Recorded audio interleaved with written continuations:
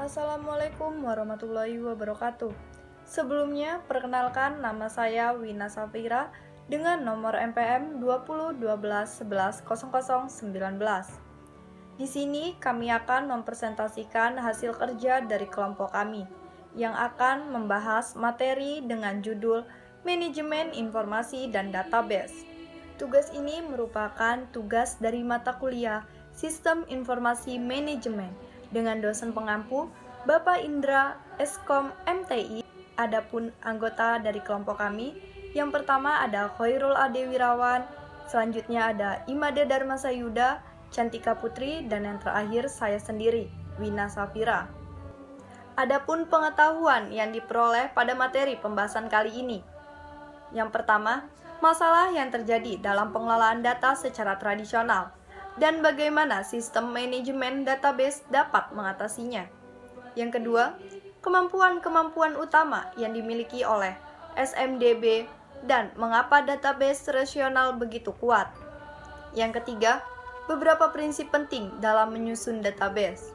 Yang keempat, alat dan teknologi utama dalam mengakses informasi dari database agar meningkatkan kinerja bisnis dan pengambilan keputusan.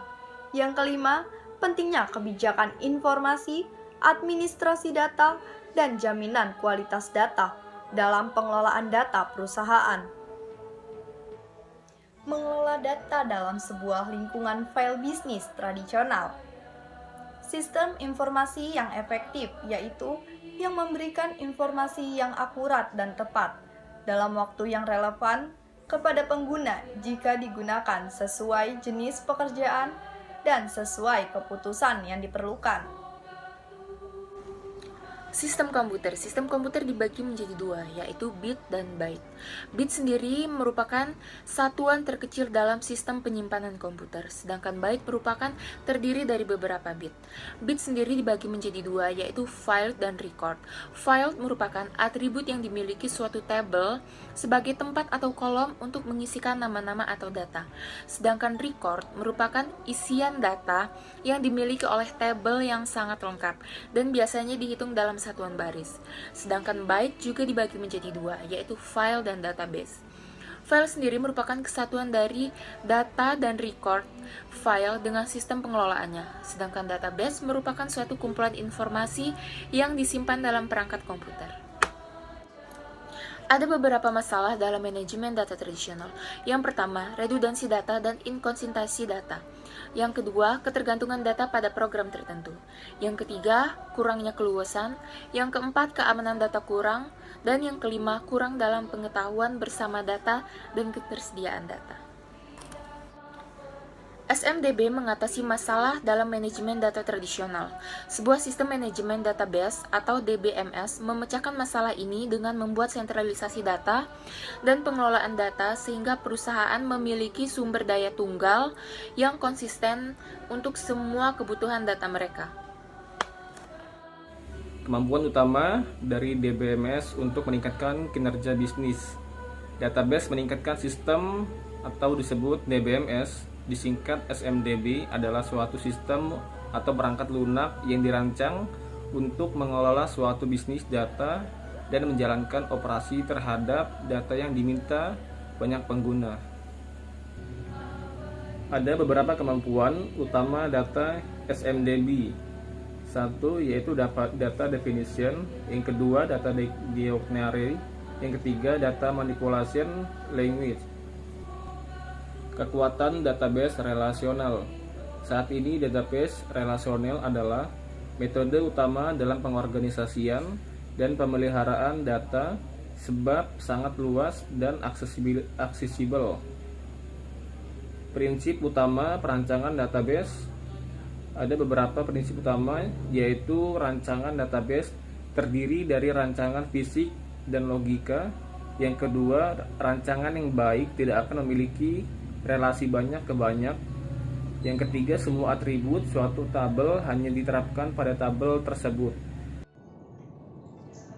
Baik, di sini saya akan menjelaskan tentang alat dan komunikasi. Yang pertama ada online analytical processing, yang kedua ada data warehouse dan data mining, yang ketiga text mining dan web mining. Online Analytical Processing merupakan metode pendekatan untuk menyajikan jawaban dari permintaan processing analisis yang bersifat dimensional secara cepat, yaitu biasanya dari aplikasi dan teknologi yang dapat mengoleksi, menyimpan, memanipulasi data. Dan online analytical processing juga berfungsi untuk melakukan analisis data multidimensi dan menyediakan kemampuan untuk memperhitung, analisis, dan permodelan data yang canggih. Kemudian ada data warehouse dan data mining.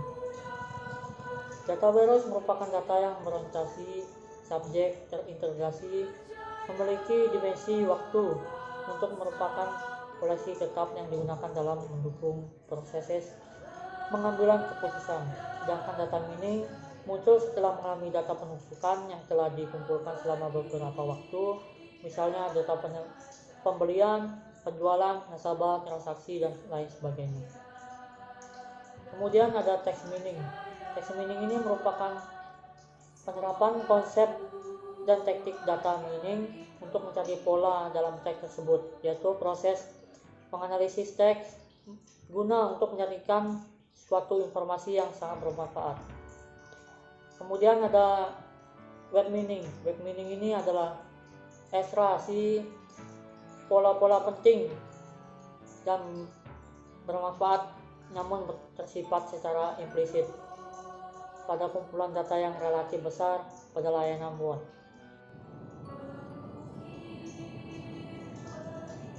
Kemudian ada kebijakan informasi, administrasi data, dan kualitas data.